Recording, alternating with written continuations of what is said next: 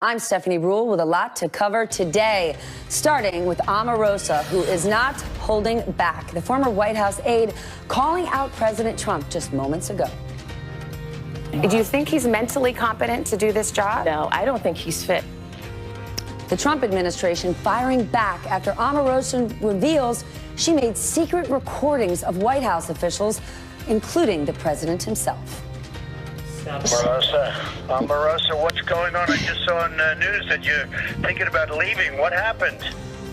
Changing his tune, Rudy Giuliani, the president's lawyer, now says President Trump did not talk about Michael Flynn with former FBI Director Jim Comey.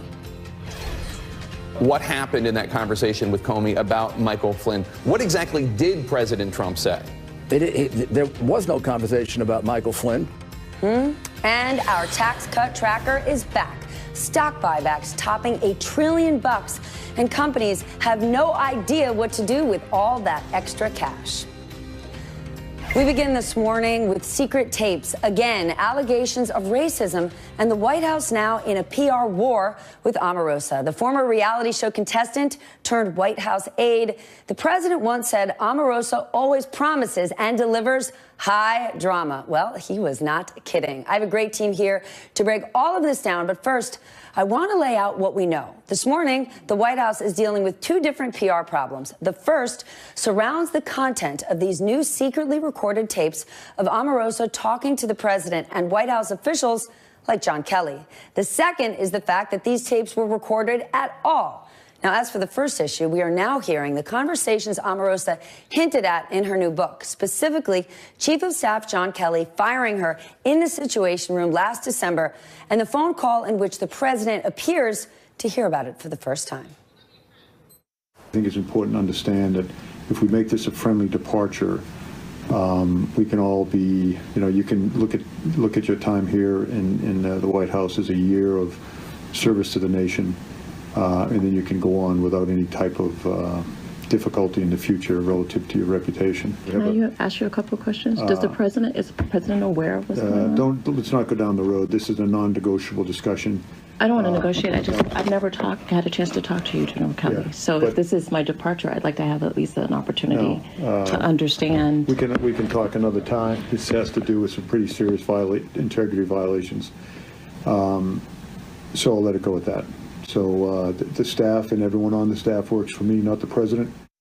Omarosa, what's going on? I just saw on the news that you're thinking about leaving. What happened? General Kelly came to me and said that you guys wanted me to leave. No, nobody even told me about it. Nobody. Wow. They run a big operation, but I didn't know it. I didn't know that. Yeah. Damn it. I don't love you leaving at all. Interestingly, while that tape implies the president knew nothing about her firing, Omarosa said she now believes he did know, but may have instructed John Kelly to fire her so he could, quote, keep his hands clean. We should point out that NBC has not been able to listen to the full recording of that conversation, and we have not gotten a response from the White House yet. Of course, the administration is now rightly concerned that there could be a whole lot more tapes with more secretly recorded conversations. After the initial recordings of John Kelly was played on Meet the Press, the administration responded with some very harsh words. Quote, the very idea that a staff member would sneak a recording device into the White House Situation Room shows a blatant disregard for our national security, and then to brag about it on national television further proves the lack of character and integrity of this disgruntled former White House employee. Omarosa defended herself on NBC's Meet the Press. Because this is a White House where everybody lies. The president lies to the American people. Sarah Huckabee stands in front of the country and lies every single day. You have to have your own back, because otherwise you'll look back and you'll see 17 knives in your back. I'm reminded of one of the president's most famous quotes, how he always brings the best people. I want to bring in NBC's Kelly O'Donnell. She's in Berkeley Heights, New Jersey. Okay, Kelly, at this point, how exactly is the administration responding to this? Because to Omarosa's point, if it was simply her word against theirs, they'd call her a liar and move on. But with these tapes, it poses a very different threat. It does, and one of the things they've seized upon is the location of her dismissal inside the Situation Room. We've not gotten an answer as to why such a secure facility was used to discipline or to separate from an employee. That seems a bit unusual when the chief of staff has one of the largest offices in the White House complex. So they are able to now make it a national security or a security protocol issue and one of character. One of the interesting things will be in the additional tapes that she claims to have. When do these recordings start? Having covered the Trump administration since the beginning, there were plenty of times when Omarosa Manigault Newman appeared to be blending in with the team, happy to serve, a much different sort of, at least kind of forward expression of her time in the White House. So when did she begin doing this? A lot of her fame, of course, has come from being a reality TV villain on the show Apprentice and others. And she is very, very good at using the best tools in her disposal. And this, of course, bringing recordings is one way to bring her bit of proof, as she would like to say. She now refers to herself as a whistleblower. So some of the craft that she learned from reality television in the Donald Trump orbit brought to the White House. The White House, not sure how much more there is, although one might argue that she would have brought the biggest, most explosive type tapes out first, involving the chief of staff and the president. And now she's saying, I've got more and I can protect myself. Here's more of Omarosa Manigault Newman. I have protections. The moment that I've decided to blow the whistle on a lot of the corruption going on in the White House, there are protections that are afforded to me. So let's be clear. The things that General Kelly is doing in this White House should concern all Americans. So she is trying to make the argument about the president's fitness to serve, the structure of the White House, and the truthfulness of the White House. And the White House pushing back is saying an employee who would do this should not be trusted. Steph? A reality TV show villain versus another reality TV show villain. This is where we are. Welcome to 2018. I want to bring in my panel. It is an excellent one today. My friend Jason Johnson, politics editor at TheRoot.com, and Brett Stevens is with us, op-ed columnist with the New York Times. Brett, I turn to you first. Do these tapes help Omarosa's credibility? No, and we may as well bring out our checkbooks right now and write checks to the Trump 2020 campaign by giving her the time that she's clearly asking for. Because I think if anyone has less credibility than Donald Trump, it's actually probably Omarosa. There's so many things to say about this White House right now. There are so many credible charges that can be laid at its feet in terms of the way it's dealt with race relations and in terms of the way it's dealt with foreign policy, our allies. You go down a list. But when people who are probably watching the show, maybe not well inclined toward the Trump administration, wonder where his base of support comes from, it comes from giving as much credibility to a person who has as little credibility as Omarosa. But no one is giving Omarosa credibility. Nobody is saying she's a good guy or she's honest.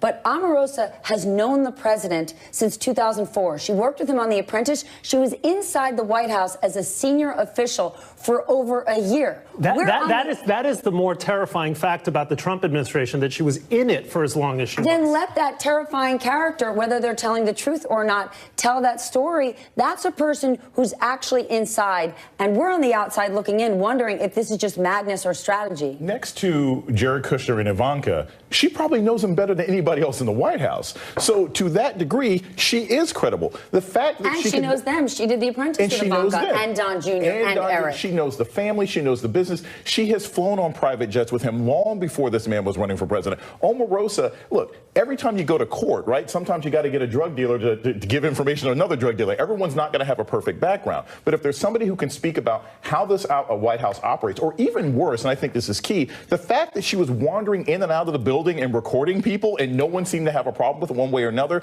it tells us how disorganized and how sloppy this place was. I find this compelling. People had a problem with it. It's just so unorganized, they didn't know she was doing it. Exactly. Sean Spicer was snatching people's cell phones last spring saying, we're going to stop all these leaks. Apparently, he never did that to Omarosa. So, look, I also think, and I know this, I've had conversations with her both on and off the record, she's a smart woman.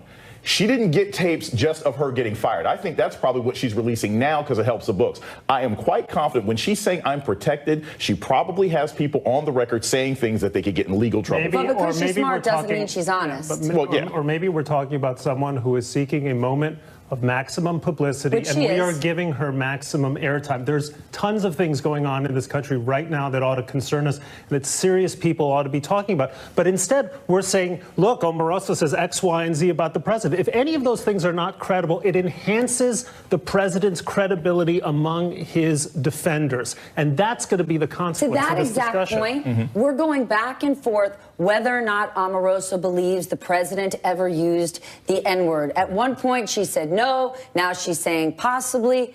I would argue, does it actually matter? If you look at the president's history in terms of race relations, despite what Republicans may say, it's very bad. So are we wasting time or having the wrong debate on whether or not the president ever used that word? I've never cared about whether or not the president uses the N-word. And I have said multiple times, I'm not even concerned if somebody's racist. I'm concerned about their policies. It's not against the law to be racist. There are lots of racist people in this country.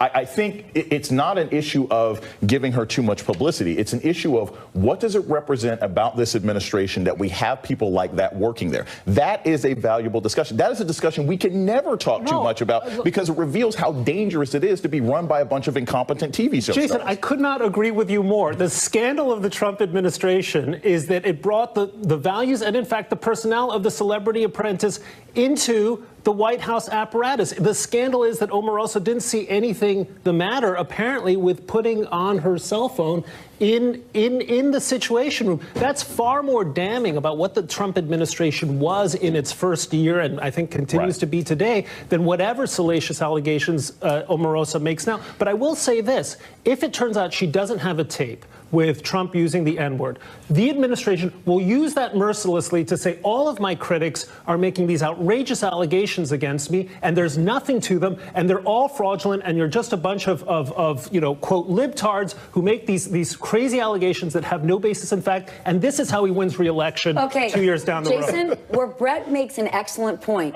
you could have Omarosa up there today saying he's unhinged, he's unfit, and unless she has actual credible evidence where he has changed somehow in the last 18 months than when she took the job, Brett is exactly right. She's lumped into this other look at the liberal universe who now embrace their foe because it fit their narrative. Well, I think the problem with that is you're preaching to the choir, right? Trump's people, the idea that, oh my gosh, this is going to strengthen his base, they already love him. It doesn't matter. Omarosa could come out with a proof of life that Donald Trump shot somebody, called them the N-word, and danced down the street and put it on YouTube, and they would say it was fake news. I mean, it's not like, this is not about changing his constituency. This is about the larger discussion in this country about how organized or disorganized our government is.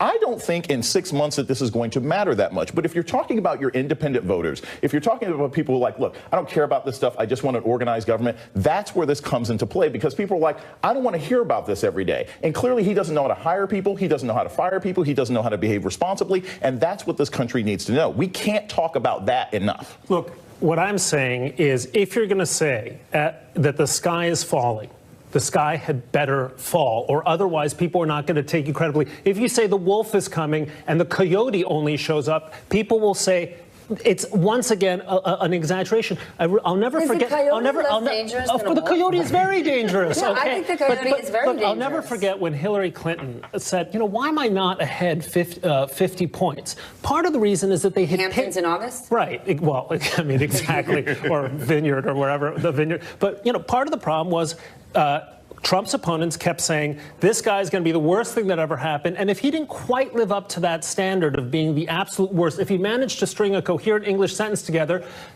some part of the country says, once again, this is a crazy overreaction by people suffering from Trump derangement Brett is syndrome. right. Not just some part of the country. Leading business leaders continue to say, ignore his tweets, look at the policy, forgetting the fact that the policy is damning to a huge portion of the country, actually a huge portion of his base. And that's ultimately what ends up happening. Like I said, I don't think in 6 months is going to be the issue. But it doesn't end up happening because he wins this narrative. But it doesn't matter if you're winning a narrative of people people can't keep their jobs or they feel unsafe, or if Harley Davidson has to move, or if steel workers in Western Pennsylvania feel like their jobs aren't going to be secure. That ultimately is going to be the measure of this presidency, regardless of what Omarosa says. And the other thing is this, whether you're talking about the N-word or the mysterious tape that Michael Steele is talking about or anything else, what it also speaks to, I've said this before, we have an excellent economy right now on some levels, right? And this guy is still hovering in the low 40s. Why is that happening? Because of things like Omarosa, because of things like Sean Spicer, because people are feeling like, you know, No I hired this guy to not be in this kind of drama. and Sean Spicer do not change anyone's votes. I do. I think they change people's votes who voted for a guy who they thought was not going to get us into this kind of nonsense. They wanted a president who was just going to do business. What happens is it merely convinces the president's supporters that the opponents of the presidents will use any hammer against him, including someone like Omarosa, who liberals were condemning in the strongest possible terms just a few months ago, suddenly becomes a credible, yet another credible tribune about the awfulness of the president. Omarosa is complicit in that she now says he's unhinged, he's unfit. She didn't quit. Okay? After Charlottesville, this was the one-year anniversary of Charlottesville. Yeah. What did she say after? Nothing. Almost no one in the entire administration said anything. She never quit. She never spoke out. She was fired. So to Brett's point, can she really be used as a credible person? Can President Trump say, look, you will do anything to make your story work? He can make that argument, and any Democrat who uses Omarosa to attack Donald Trump is an idiot. I think she's just operating in her own space, which is part of the overall swamp, which is damaging to this administration. And this is a key thing. When you talk about the N-word, and you're like, well, if she can't produce it, it doesn't matter. Because like I said, everyone believes he uses it. So it doesn't matter if she can prove that. It doesn't matter if she can demonstrate that he said something racist. Snatching babies from kids is 10 times worse than saying the N-word for a lot of different people in this country. So that's where I think this plays in. She becomes part of the overall dime, the overall drumbeat, that there's a mess in Washington, and that's not what people voted for. We talked a lot about how much free airtime Donald Trump got, which boosted his credibility moving into 2016. We're giving free airtime to a witness who doesn't deserve it. There's so many things that you and I ought to be talking about at this table. I can't believe we're talking about Flint still doesn't have clean water, but I was tweeting that this morning. But there you go. There you go. Flint doesn't have clean water. It cost $55 million for new pipes there, and $8 billion, I think, is what the president is looking for the Space Force. I'm going to make one last point. 83% of Republicans approve of President Trump's handling of racial issues compared to 10% of Democrats. That's a CBS poll. So we can debate all day long on whether or not the president used the N-word. 83% of Republicans think he is A-OK in terms of race relations. All right, we're going to leave it there. And guess what? I know what Brett is going to be doing at 11 o'clock. He's going to be watching my partner, Ali Velshi, and I interview Omarosa live right here on MSNBC. Whatever you're doing after this, you know, I'm going to let you stay here. You can take notes because I know you want to see it. You can stay right here. All right, coming up, the president's attorney, Rudy Giuliani, changing his story once again, now saying Trump never spoke to Jim Comey about Michael Flynn. Huh? But first, you have got to see this video. Hundreds of people joined hands along Florida's Gulf Coast this weekend, raising serious concerns about the recent algae crisis plaguing the beaches there. They're protesting toxic green algae that is being released from Lake Okeechobee that has been associated with killing large numbers of fish and causing respiratory problems for people. It has also caused damage to homes and beaches. We're going to stay on this story. It's an important one. What happened in that conversation with Comey about Michael Flynn? What exactly did President Trump say? There was no conversation about Michael Flynn. So you're saying that President Trump and James Comey never discussed Michael Flynn? That is what he will testify to if he's asked that question. They already know that.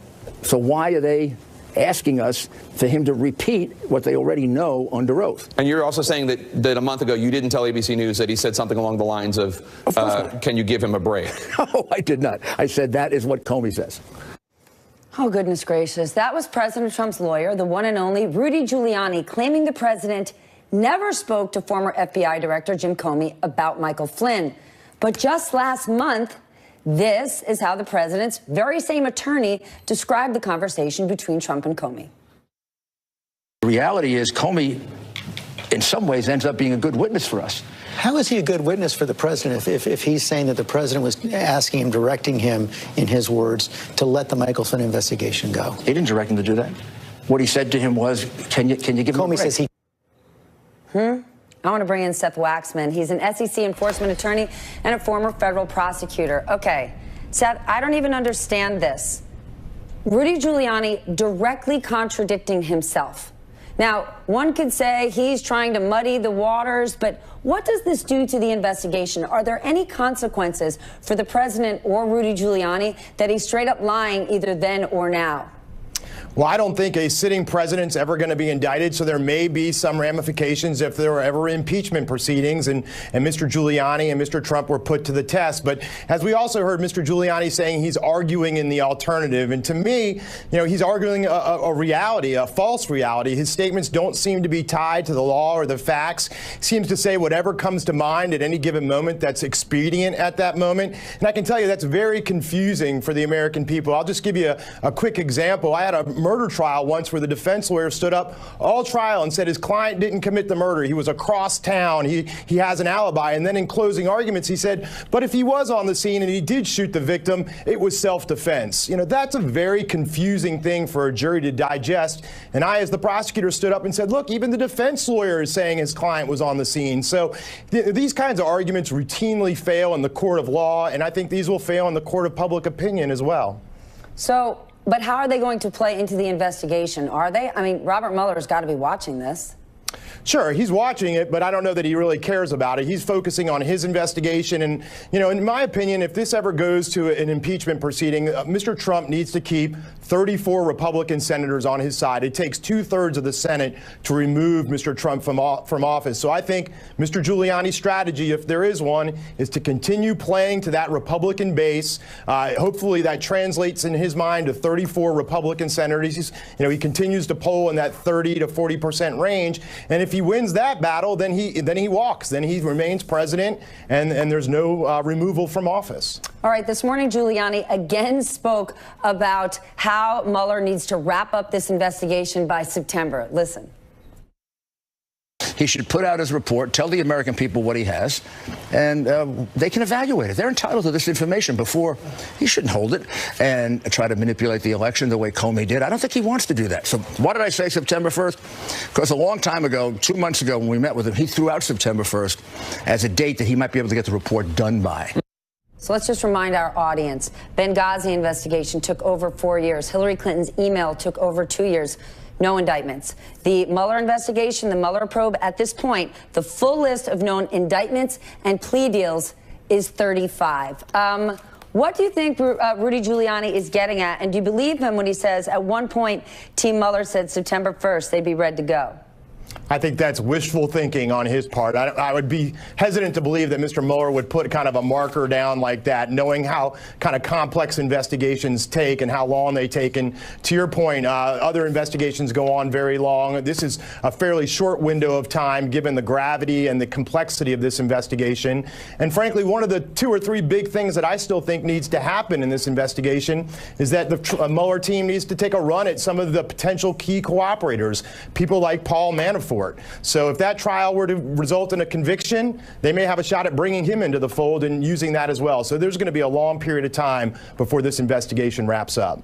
All right, Seth, thanks so much. I'm glad you're here by our side while we're covering it. Coming up, if you've got any plans to run for president, there is one place you've got to be. Find out who's making the rounds at the Iowa State Fair and what voters there think that those possible candidates should be talking about. We'll have that next. Welcome back. Time now for your morning primer. Everything you need to know to get your day started. We begin in the state of Virginia, where prosecutors in Paul Manafort's tax and bank fraud trial are expected to rest their case today. A verdict could come as early as this week. A Baltimore police officer caught on camera repeatedly punching a man has officially resigned. Police say the officer was working a, quote, special cross-borders crime initiative. The man he punched was treated for injuries and released without charge. The incident, no surprise, is under investigation. And authorities in Washington state have recovered the flight data recorder and human remains from a plane stolen by an airline worker at SeaTac Airport. He performed dangerous acrobatic stunts before crashing into a remote island. And some very frightening moments in Spain, where more than 300 people were injured after a pier collapsed at a music festival. 9 were taken to the hospital. 1 remains in serious condition.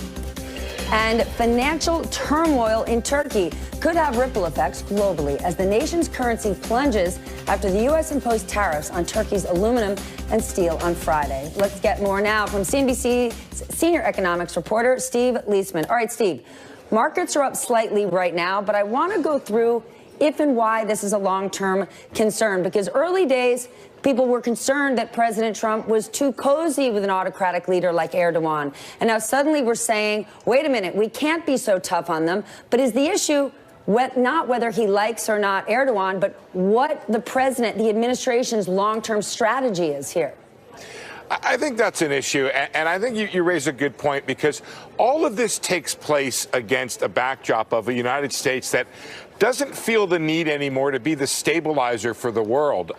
There were things that maybe presidents in the past wanted to do, but they didn't do because it might destabilize the world. Now, the United States has better growth going forward and maybe a better capitalized banking system, but there's two issues that seem to be driving this. In the first instance, it's a stronger U.S. dollar, and that's Federal Reserve raising interest rates while other countries are kind of far behind our recovery here. And the second one are these tariffs and retaliatory tariffs that create issues for countries, especially that have bad debt problems. Turkey's problems essentially are its own, but we're rubbing a little salt in the wounds here, perhaps. And how's the market going to take this? Because there's always been concern that a trade war could result in a currency war, and we talk about it often. Remember, Trump loves to say that China is a currency manipulator, and we have watched the yuan move a lot in the last 2 months. You know, that's exactly right, Stephanie, and it's a great point, because the issue is that once we put up tariffs, other countries' currencies decline, and so their products get to be less expensive, and it offsets the tariffs. So that's when you had President Trump complaining about the Federal Reserve and saying, you guys are raising interest rates too much, which are raising the value of the dollar and essentially offsetting the tariffs that are out there. So it's very easy for a tariff war to become a currency war. It creates more risk for the markets. The markets fell 200 points on Friday on the Dow. We're back to being sort of even today. There's not a sense right now of the kind of concern about contagion we had around Greece, at least not yet. What we have right now, Stephanie, are separate fires, and it's not a single conflagration at this point yet. All right, Steve, thank you so much. I just want to put it in perspective. If people would have bought Bitcoin at the beginning of the year instead of the lira, they actually would have lost more today. So things are certainly volatile. I didn't know that. See, there you go. All right, now we got to turn to more than 1 million people expected to make their way to Des Moines for the annual Iowa State Fair. I would love just to eat there. It is more than just a fun place to try some insane carnival eats, maybe a few rides. This fair also serves as a very popular venue for candidates testing the water for a potential presidential run, trying out their message in the state scheduled to hold the first vote of the 2020 presidential election. NBC's Vaughn Hilliard went to the fair to see what voters are thinking about. All right, Vaughn, go to the voters first. What did you hear from people?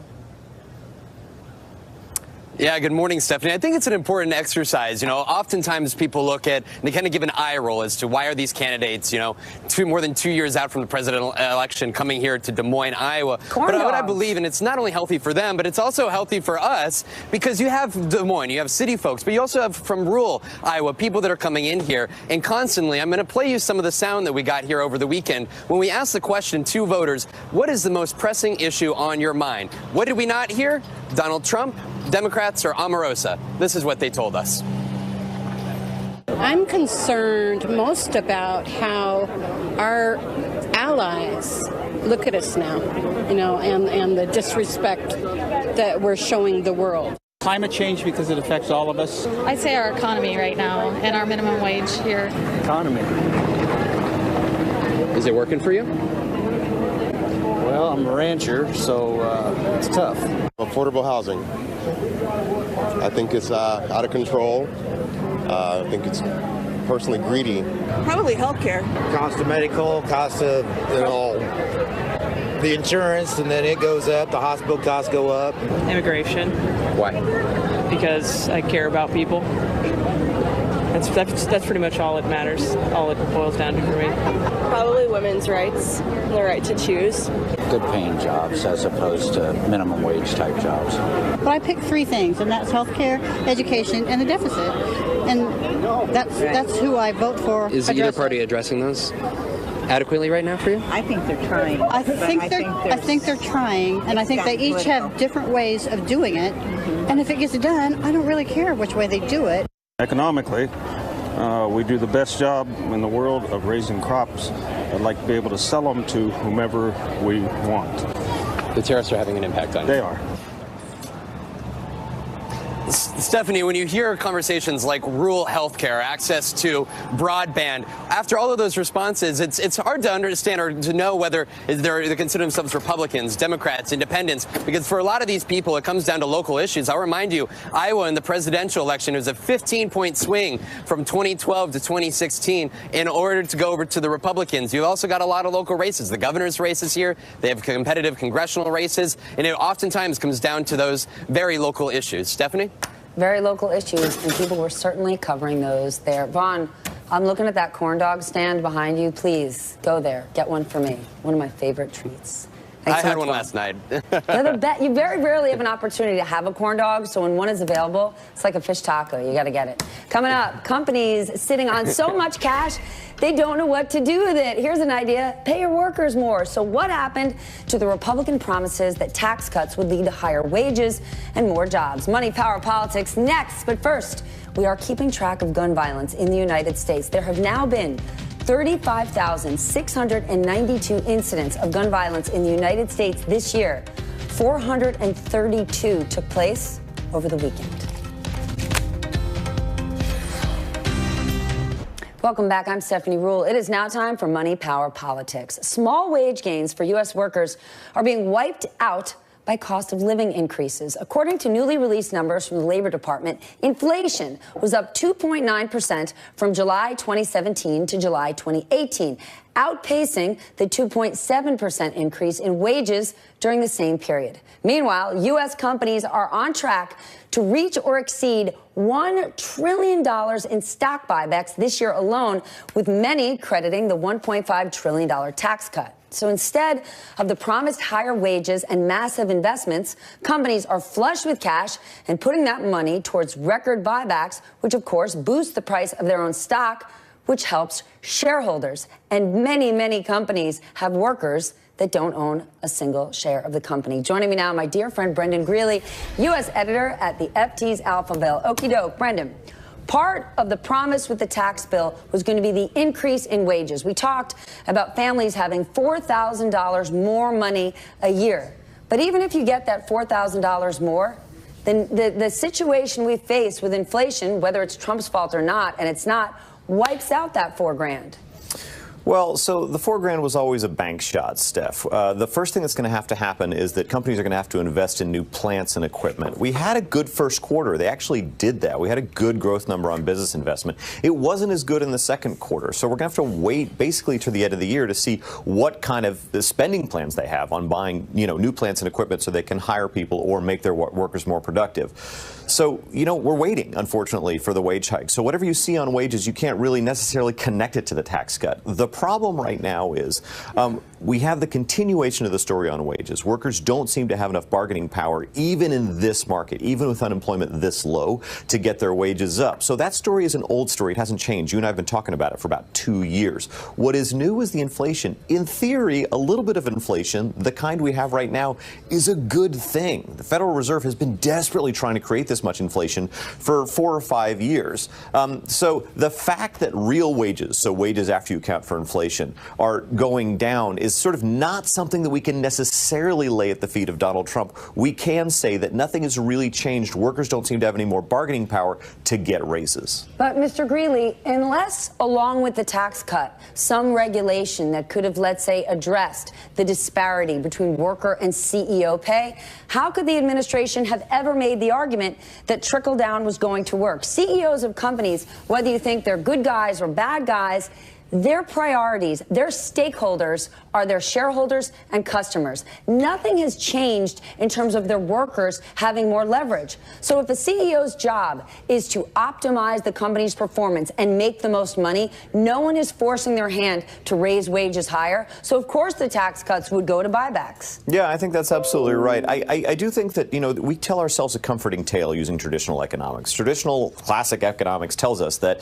if companies get money, they're going to spend it on investments. The investments are going to lead to wage rises. The problem is those models they make a lot of assumptions. And one of the assumptions they make is that workers have enough bargaining power with their employers. That's not true. And that's true for 100 different structural reasons. It has to do with, fewer unions. It has to do with, arbitration clauses. It has to do with a million different things. And we haven't addressed those at all. Congress needs to take that up. And I haven't seen any spark of Congress even thinking about these issues, either party, really, to be honest. To buybacks, we are on record pace. It's eye-watering, the numbers that we're looking at this year. So Goldman Sachs and Bernstein both estimate, notes came out last week, that we're going to get $1 trillion in buybacks. That is a staggering number. That's twice what we got last year. But as you point out, buybacks are a longer story, right? We have the tax cuts. We have the repatriation from abroad from this year that's actually increasing the buybacks. That's what's giving us this $1 trillion number. But buybacks are a longer story. They're a 10-year-old story where it's been more efficient for companies to give money back to shareholders than it has been to invest in new stuff. So I don't know. How do we get them to invest in new stuff? Your guess is as good as mine. I'm out of ideas. It's efficient, and we're saying companies are not responsible for the hollowing out of America, and they're not responsible for helping retrain those workers.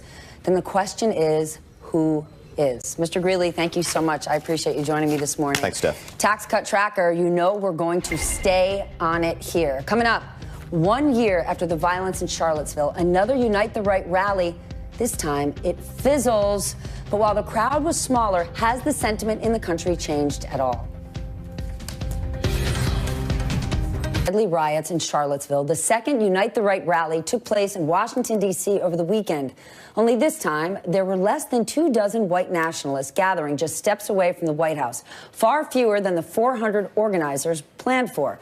While white supremacists and the alt-right gathered in D.C., hundreds marched in Charlottesville, and dozens of students, clergy members, and anti-fascists gathered to pay their respects to Heather Heyer, the woman who lost her life during last year's riots. Back with me to discuss, Jason Donson, who was in Charlottesville on Sunday, and Brett Stevens. All right, Jason, to you first. You were in Charlottesville, and some people are saying, well, fewer people came. This is good news. Right. But is it good news after the white nationalists who participated last year got destroyed? They lost their jobs. Yeah. They got kicked out of their apartment buildings. Should we take it as a positive sign that a lot less showed up?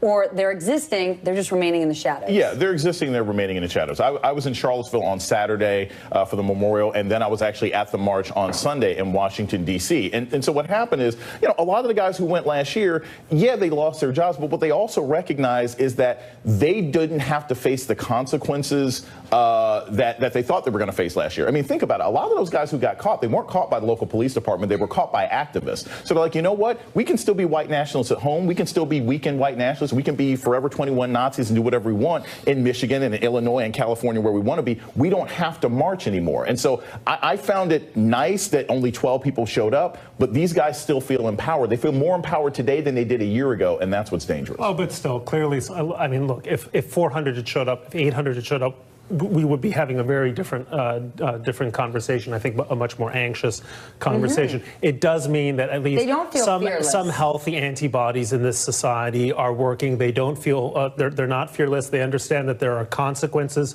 for their beliefs, social ostracism, losing their jobs.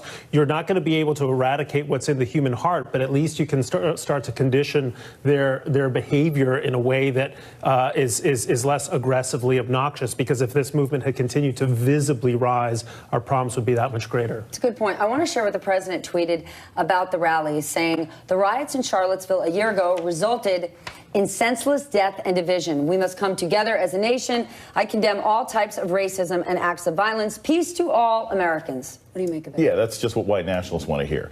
All types of racism. No, we're talking about white supremacy and white nationalist racism. And when the president says all types of racism, he does that sort of equivalency dance that Jason Kessler and white nationalists want to talk about. They want to stand there and say, well, yes, you know, black people oppress white people just as much and Hispanics oppress us. No, that's not what we're talking about. And so the president has revealed himself to be a bigot. That's not new. That's not surprising. And we have to recognize that the people who are involved in this movement, they're not all townies. They're not all working at Walmart and Target. Jason Kessler went to UVA. A lot of these people are highly educated. That's why they have the khaki pants. So Stephen Miller went to Duke. There we go. Stephen Miller went to Duke. So, and I like the fact that UVA's president mentioned, like, yeah, 2 of the organizers graduated from this university. So we have to recognize they're not just dummies. These are sophisticated, organized people who are in this for the long haul. They think the president is on their side, and we have to recognize the danger that they pose as terrorists, not just as mean people. Well, I never thought of Duke as a great university, but I will agree with you on Many call it the Princeton of the South. Well, I'll agree with you on one point. You know, one way in which you often spot anti-Semitism is when people say,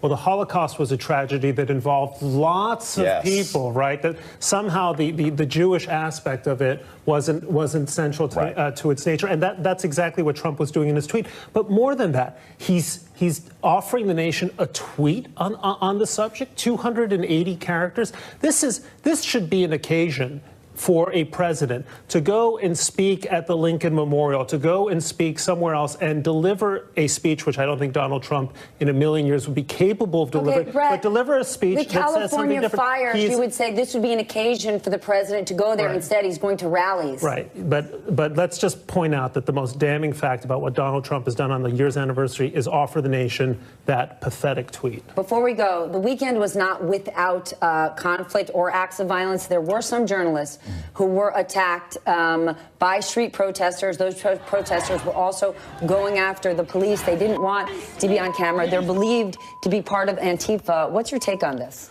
You know, I didn't see it. I know one thing when I was in Charlottesville. Okay, well, there it is. We're seeing it. Yeah. There were a lot of different activists who were like, why are you in riot gear? We don't see no riot here.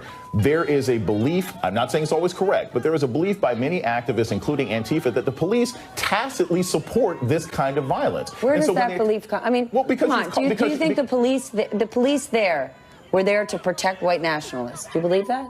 When you look at how the police respond to white nationalists as opposed to Black Lives Matter protesters, yes, you do. When you consider the number of police departments where people have been caught with white nationalist tattoos and the emails and everything else like that, that's there. Look, I never liked the idea of journalists getting attacked, but no one has a reason to believe, even when you look at how the police responded last year, when you look at the fact that they shut down the metro in D.C. that let these guys go in, people have reasons to doubt the police's dedication to eradicating racism. But thuggishness is thuggishness wherever it comes from politically, and we should be the first to call it out. I disagree. This is time for us to rise together. We're going to be right back.